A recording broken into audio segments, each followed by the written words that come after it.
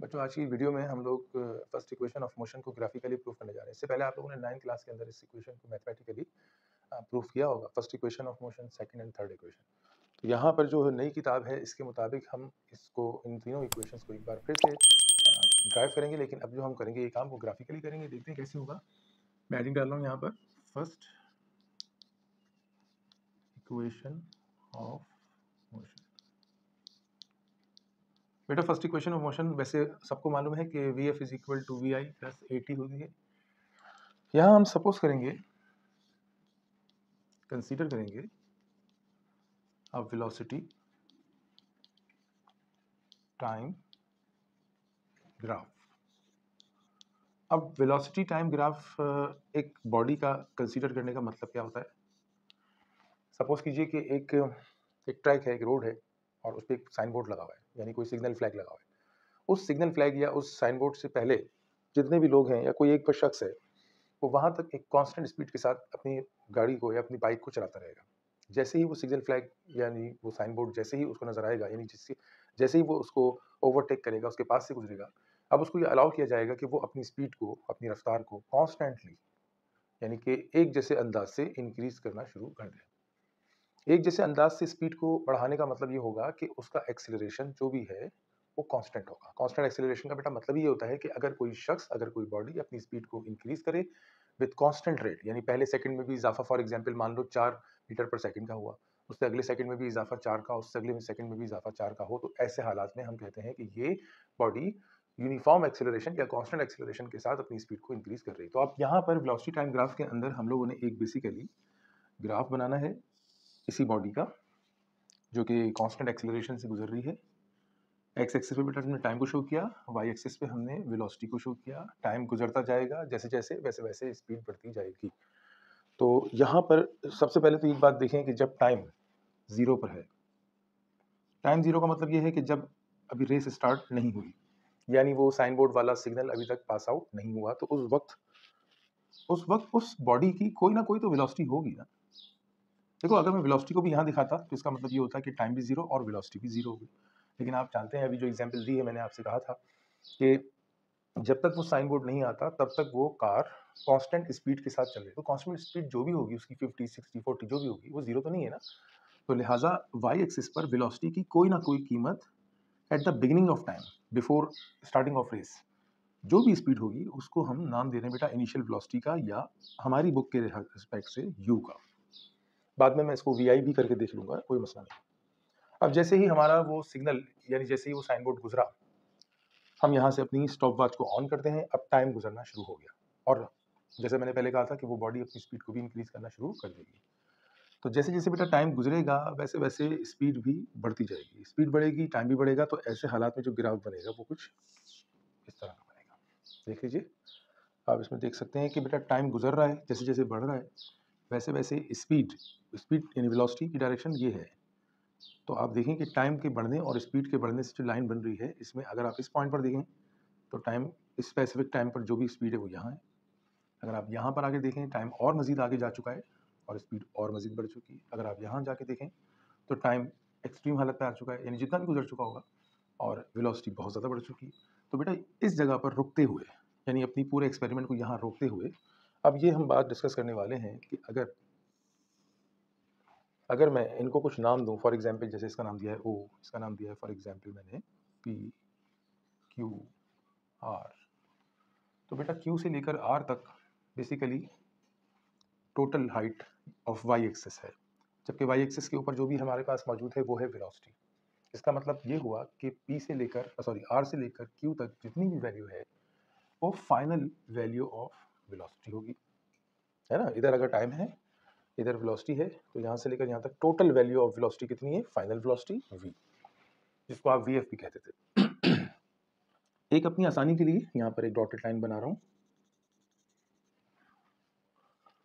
मान लीजिए ये O है, ये P है, Q है, R है, इसको मैं नाम दे रहा हूँ फॉर एग्जांपल S का। आप देख सकते हैं बेटा O से लेकर R तक का जो ये डिस्टेंस है, ये हमारे पास टाइम एक्सिस है। तो अगर O से लेकर R तक का डिस्टेंस टाइम एक्सिस है, तो P से लेकर S तक का टाइम भी, ये भी टाइम एक्सिस होगा, यानी यहाँ से लेकर यहाँ तक की कीमत भी T होगी। बिल्कुल इसी तरह अगर ओ से लेकर पी तक का ये फासला या हाइट है, अगर इसको मैं यू का नाम दे रहा हूँ, तो फिर डेफिनेटली एस से लेकर आर या आर से लेकर एस तक का फासला या हाइट जो भी होगी, क्योंकि वो इसके पैरेलल और इक्वल है, लिहाजा ये भी अगर यू है तो ये भी यू है। बहुत सिंपल है, कोई इतना मुश्किल काम है नहीं, सिंपल अभी तक यू और वी ही डिस्कस किए गए हैं। तो अब हम यहाँ पर आते हैं, इस लाइन को देखते हैं कि हम लिखते हैं कि एज फ्रॉम ग्राफ से एक बात तो बिल्कुल वाजे है कि क्यू से लेकर आर तक वाली जो लाइन है, ये दो लाइन से मिलकर बनी है, एक क्यू एस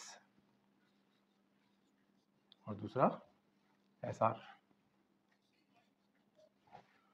बेटा क्यू से लेकर आर तक वाली ये टोटल लंबाई को तो हम नाम दे सकते हैं किसका, वी का, और क्यू से लेकर एस तक जो फासला है अभी हमें इसके बारे में नहीं मालूम, तो इसको फिलहाल क्यू एस ही कह देते हैं। जबकि एस से लेकर आर तक का जो ये हाइट है, फासला है, इसको आप देख चुके हैं कि ये बराबर है किसके, ओ पी के, और ओ पी की ये हाइट जो थी इसके बराबर थी, वो यू के बराबर थी, लिहाजा आप इसकी जगह यू लिख सकते हैं। ठीक है ना, इसको फौरी तौर पे इक्वेशन नंबर कुछ का नाम दें, यानी 1 का नाम दें। अब यहाँ इसको छोटा सा एक मसला बता दें कि भाई हम देख तो ये रहे हैं कि क्यू एस बेसिकली जो हमें दिख रहा है वो क्या है, जब हम देखते हैं कि यार आर से लेकर एस तक की ये हाइट यू के बराबर है और आर से लेकर क्यू तक की टोटल हाइट वी के बराबर है, तो बेटा अगर मैं आर से लेकर क्यू तक की टोटल हाइट को आर से लेकर एस तक की हाइट में से, यानी इस वाली फासले को बड़े वाले फासले में से माइनस करूंगा, तो एस से लेकर क्यू तक की ये जो इजाफी हाइट है ये आ जाएगी, है ना। तो अगर देखें कि ये फाइनल वेलोसिटी है, ये इनिशियल वेलोसिटी है, तो v माइनस यू यानी कि Q R minus R S, ये चीज़ जो होगी ये बराबर होगी डेल्टा वी के, है ना। हम लोगों ने 9th के अंदर भी यही पढ़ा था ना, V F minus V I is equal to delta V, या v2 minus V one is equal to delta V. यहाँ हमने वी एफ और वी आई के बजाय वी और यू का नाम दिया है, तो अगर मैं कहता हूँ कि v माइनस यू, तो वो किसके बराबर होगा, डेल्टा वी के। दोबारा सुन लो, v कौन है, टोटल हाइट यहाँ तक, u कौन है, छोटी हाइट यहाँ तक, बड़ी हाइट में से छोटी हाइट को माइनस करोगे तो कौन सी हाइट आएगी, ये वाली एस क्यू या क्यू एस, जिसकी कीमत डेफिनेटली क्या होगी, डेल्टा वी। तो बेटा यहाँ पे लिख रहे हैं कि एस क्यू एस यानी डेल्टा वी, ठीक है, डिवाइडेड बाय एस पी या पी एस। अब ये पी एस से डिवाइड क्यों किया भाई, देखो ये तो सब मान चुके हो ना कि ये डेल्टा वी है, और ये जो है आपके पास वो पी एस है, जबकि पी एस की वैल्यू या लंबाई बराबर है किसके, ओ आर के, ओ आर तो टी है, तो डेफिनेटली ये भी कौन हुआ, टी हुआ। तो जब तुम क्यू एस को डिवाइड करोगे पी एस से, तो इसका मतलब ये होगा कि तुम बेसिकली क्या करने वाले हो, डेल्टा वी को डिवाइड कर रहे हो किससे, टी से। Delta V divide by T यानी rate of change of velocity with respect to time is known as acceleration, सही है ना। तो अब आप ये करने वाले हैं कि इस जगह इक्वेशन नंबर 1 में आप इसकी वैल्यू पुट करवाने वाले हैं, किसकी, क्यू एस की। अब यहाँ से बेटा क्यू एस की वैल्यू निकालना है, एक बार इसको सिंप्लीफाइड हालत में लिख रहा हूँ मैं, कैसे, Q S upon P S बराबर किसके है, ए के। ये तो बीच का फॉर्मूला था ना, इसको तो स्किप कर दिया। हमें क्यू एस रिक्वायर्ड है, लिहाजा क्यू एस बराबर हो गया पी एस जाकर मल्टीप्लाई करेगा किसके साथ, ए के साथ। Q S is equal to, बेटा पी एस कितना था, टी के बराबर था, तो आपने यहाँ लिख दिया टी मल्टीप्लाई बाय ए या ए मल्टीप्लाई बाय टी। अब इक्वेशन नंबर 1 पे वापस लौट जाते हैं। Equation number 1 implies that v final velocity is equal to Q S यानी ए टी प्लस यू यानी इनिशियल वेलोसिटी। बेटा ये आपकी फर्स्ट इक्वेशन की बिल्कुल रॉ मटेरियल मतलब सिंपल शक्ल आ गई है। v इज इक्वल टू आप इसको लिखते हैं u प्लस ए टी, ये फर्स्ट इक्वेशन ऑफ मोशन है।